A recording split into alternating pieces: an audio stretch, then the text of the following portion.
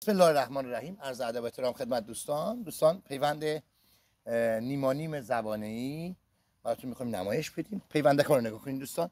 پیوندک باید ماده باشه، جنس ماده مشخصه، پاشنه داره، بسیار عالی، نباید نرک باشه. و خدمت سرور گرامی عرض کنم که دوستان که عزیزان این پیوند رو معمولاً از 20 و 25 یعنی اواسط اسفند ماه میزنن. هم با دستگاه میتونن بزنین، هم با چاقو میتونیم بزنین. چاقو استریزی شده آماده، خیلی قشنگ.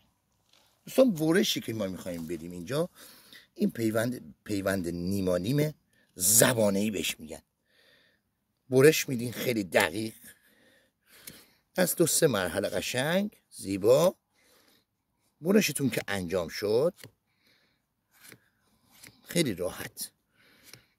وقتی برش رو انجام دادین صاف، دوستان توجه داشته باشین از نصف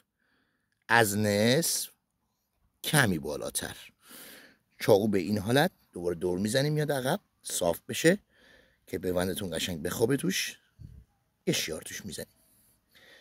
البته این فصل میتونیم بزنیم، اما داریم میزنیم یادتون باشه که اینا ریشه هایی بوده که ما خوابوندیم، اینا رو یه آب در روی اینجوری که آبشو تخلیه آب کنه، چون اگه شیرابه داشته باشه به هیچ عنوان نمیگیره. حالا فصل خواب درخت باید اینو بزنین، حالا من داریم الان میزنیم. بعد پیوندک هم به همین صورت میذارین جا که تا کجا باید برش بده، قشنگ به شما نشون میده، خیلی قشنگ، خیلی زیبا.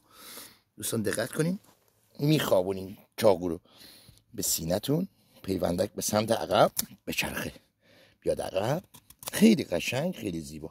وقتی که انجام دادین اینم از نصف کمی بالاتر. دوستان دقت کنین چاقو رو به سمت عقب میکشین که چاقو رو نذارین اینجا بیاد اینجا دستتون رو بگیره.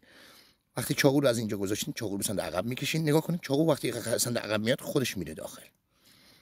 چقدر زیبا، چقدر قشنگ. اندازه قطع چاقو میره پایین، خیلی زیبا و خیلی قشنگ، خیلی عالی. دومشو که کوتاه‌تر میکنیم که دقیق بره جا. دوستان دقت کنین اگه پیوندکتون کوچیک‌تره، پایه بزرگتره، اگه همسایزه که همسایز، اگه پیوندکتون کوچیک‌تره و پایه بزرگتره، یادتون باشه دوستان نگاه کنید یک طرف پیوند با پایه باید مماس بشه. حتما پوست با پوست باید کالوسبند برای کالوسبندی. یک طرف رو نگاه کنین قشنگ باید صاف قرار بگیره. دوستان توجه کردین؟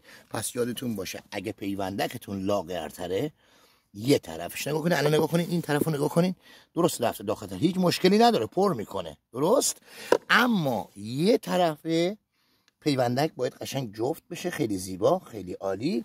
بعد میتونین با چسب نوار چسب، نخ شیرینی ها معمولا نوار چسب خوبی که داره خدمت شما عرض کنم که اینو آب بندی میکنه، خیلی قشنگ، خیلی زیبا، خیلی عالی. پیوند نیمانیم زبانی از نقطه شروع